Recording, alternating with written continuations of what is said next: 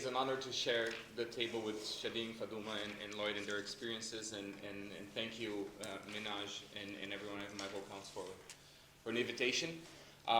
So giving a bit of context in Brazil, we had a military dictatorship from 1964 up until 1989, actually end of 1988. And the end of the dictatorship was culminated in building a constitution, the Constitution of '88. And this was when the democracy started in Brazil. It restarted, but some argue it actually started. Some argue that it never started. In that moment, there was a kind of like a silent pact that was created, which was a thin line that divided, let's leave policy to civil society and politics to political parties. This was a silent pact. It wasn't something that was written down anywhere, but civil society organizations and movements were kept away from formal politics, from elections. And I mention this because I understand that something quite similar happens here. Yeah, I feel like in the conversations that I've heard over the last couple of days that there is a fear of coming close to elections, and I completely understand that. In Brazil we had that. What happened then is that by 2013, precisely, there was a lot of insatisfaction towards politics, and therefore towards government and towards democracy, like all of those things kind of tied together. And as Shadeen told us, a similar thing happened given the brutal differences between our countries, that there is a movement that calls for free bus fares in Brazil. Is a long-standing movement, and pretty much every 4 years after elections, the first thing that somebody that gets into power does is raises the bus fares, right? Because you do the bad things when you start government, so people will forget by the next time you have an election. So you raise January 1st, you raise bus prices, and then the movement takes on the streets. But the situation and dissatisfaction was so big in society that turned into a massive protest. I'm talking about millions and millions of people like 5 million people taking the streets in Brazil, and it started from bus fares. There was police brutality repressing the movement. Public opinion took the side of the protest for the first time, because usually public opinion is against the movements. They're rioting, they're breaking things, they're breaking the windows of the banks. Like, I want to defend the windows of the banks. But that time, something else happened. Even the media turned. And then this protest got massive, and as they got massive, things moved very away from bus fares. You'd see kind of like people bringing their posters. It was kind of like Facebook posts and posters on the streets, and it went from criticizing government to we want better education to the beginning, and that we didn't realize how dangerous it was back then, to the beginning of the whole extreme right movement that came to Brazil and that took over Brazil.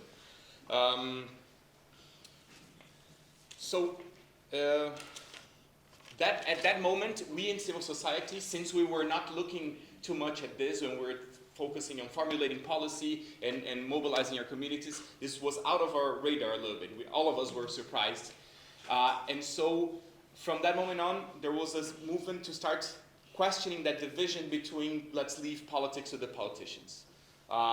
And basically, the underlying principle here that started to gain strength was we cannot leave politics to the politicians. We can't. We need, as civil society, to build the capacity to jump into elections when necessary and to build power, because without it, we are being kept away from what's going on in our society. We're just too distant from where decisions are being actually made.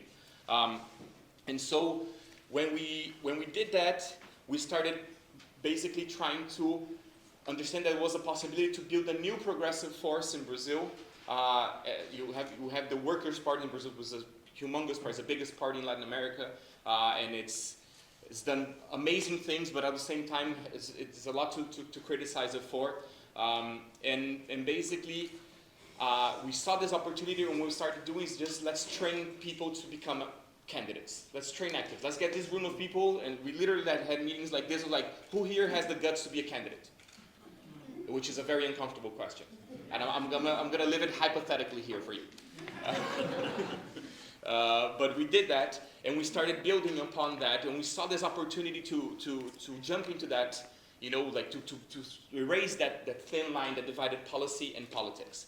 And this involved leaving our comfort zone. And I don't want to sound like, you know, comfort. I know our zone is not comfortable at all, but moving in that direction creates a lot of concerns. From legal restrictions in Brazil, we don't have, up until today, we don't have independent candidacies, so you have to be affiliated to a party. And usually when I go outside of Brazil, I always say that Brazil has a lot of parties, but Brazil has only 35 parties, and I discovered that you guys have 600, so congratulations. So there's legal restrictions that we had to work around. There was reputation, because our movements and our organizations have reputations, and politics it feels like a polluted river. Yeah. No? Like if you see somebody that you love going near a polluted river, you say, be careful, don't go near, don't get in there, right? And our reputations is something that we need to understand and to work around how to preserve and how to transform them into a political potency. Another risk that we saw was the difficulties to actually agree upon things, right? So if you have enough time with a person, you're going to discover the things that you disagree with that person. It can be your husband or wife, it can be your mom and dad, it can be your colleague and your comrade. You're gonna discover it. So we had to build kind of like a pact of what are the things that are important to us, and what are the things that we have to find ways to disagree and remain. This was something that was very important to us, and it's not easy to do. But this was something that also we had to do. So we started doing that, and just remembering what I said about numbers, we managed to elect between 2016 and 2020 around 150 activists. We have like over 2 million votes if you count all of the votes of those activists that were elected. So it was a massive effort to make that happen. Brazil is 220 million people, so just to have a reference of how much we're talking in percentage as well. But we moved in that direction, and pretty much this moment started, and we were like, this is our turn, but it wasn't. We lost. Because who actually won was, what was doing the same kind of movement as us, was the extreme right. And that was who won. So by 2018, Bolsonaro became the president, but not only he became the president, the biggest number of congressmen at national and local level that were elected came from his allegiance and his coalition. So we lost, but we built the capacity to actually go into elections. And that capacity is still in civil society. We haven't lost that capacity. But we asked ourselves, okay, why do we lose? And one of the most concrete answers that we managed to get to find is that we don't know how to talk to other people. We don't know. We are very accustomed to these type of places, and we know the protocols and the rituals of these type of places. But at least in Brazil, most people would feel very uncomfortable here, very dislocated, very like, what? Who are these people? And unfortunately, we are the minority. We that do fighting for a living, and we are the minority in everywhere. At least that I know. No place has a majority of activists. And so, if the first moment and step that we took was we cannot leave public opinion, we cannot leave politics to politicians, the second one is we can't leave public opinion to the media. And there is a major difference here, which is mobilizing is different than communicating. We know how to mobilize. We know how to organize. We know how to talk to ourselves and to our base and to our constituencies and the people that we can pull together. We don't know how to talk to their relatives, to our relatives, to, you know, to most people. Most people are there, and we don't know how to talk to those people. They, in general, and I don't know much about South Africa, so if I'm saying something idiot, please correct me. But in Brazil, most people are in the middle. They're not our base that we can mobilize, and they're not our antagonists whom we have to fight. They're neither in those places. They're in the middle. And basically, these people in the middle, they don't like politics because, I mean, we're kind of crazy that we do, right? It's boring, it's complex, people fight all the time, so, and people's lives are already hard enough for you to take on. Usually, I don't know how messaging is here when you do campaigns, but usually our messages come like, boy, have I got a problem for you. That's how we call people on. And like, people have their problems already, and we're just bringing more problems to them and say, this one is urgent, huh? And so like that type of strategy to communicate doesn't work, right? So the people that we need to talk to, they are mostly, first, they are not and will not become activists. Won't. That's not about that. You can move them in strategic moments to certain places, but they are not. They're gonna. The goal is not to bring them here, to this room. The second thing is they don't like politics. And that's, you know, I don't have to explain. Third, they have a lot of problems, so don't bring them new problems. And in our experience, they tend to be peace seekers. So if they are sitting here and there's somebody on the right saying things on the right to them, they're going to be like, good point. And somebody on the left saying things on the left, they're going to be, good point. If somebody starts yelling, they're going to turn that back to the person who is yelling. Like, they don't want to fight over politics. They want their communication and the way that you relate to them to be just regular, you're just talking, right? They're either that, which we call peace seekers, or the good point people, who think, good point, good point. Or they are skepticals, which is, politics is all the same, they're all corrupt, it's all shit, and we don't, okay. So how do we build communication capacity in civil society? How have we gone about it in our experience? First, the internet today allows us to build communication capacity that we didn't have, 30 years ago. 30 years ago, you had to be a billionaire and buy a newspaper. You don't have to do that right now.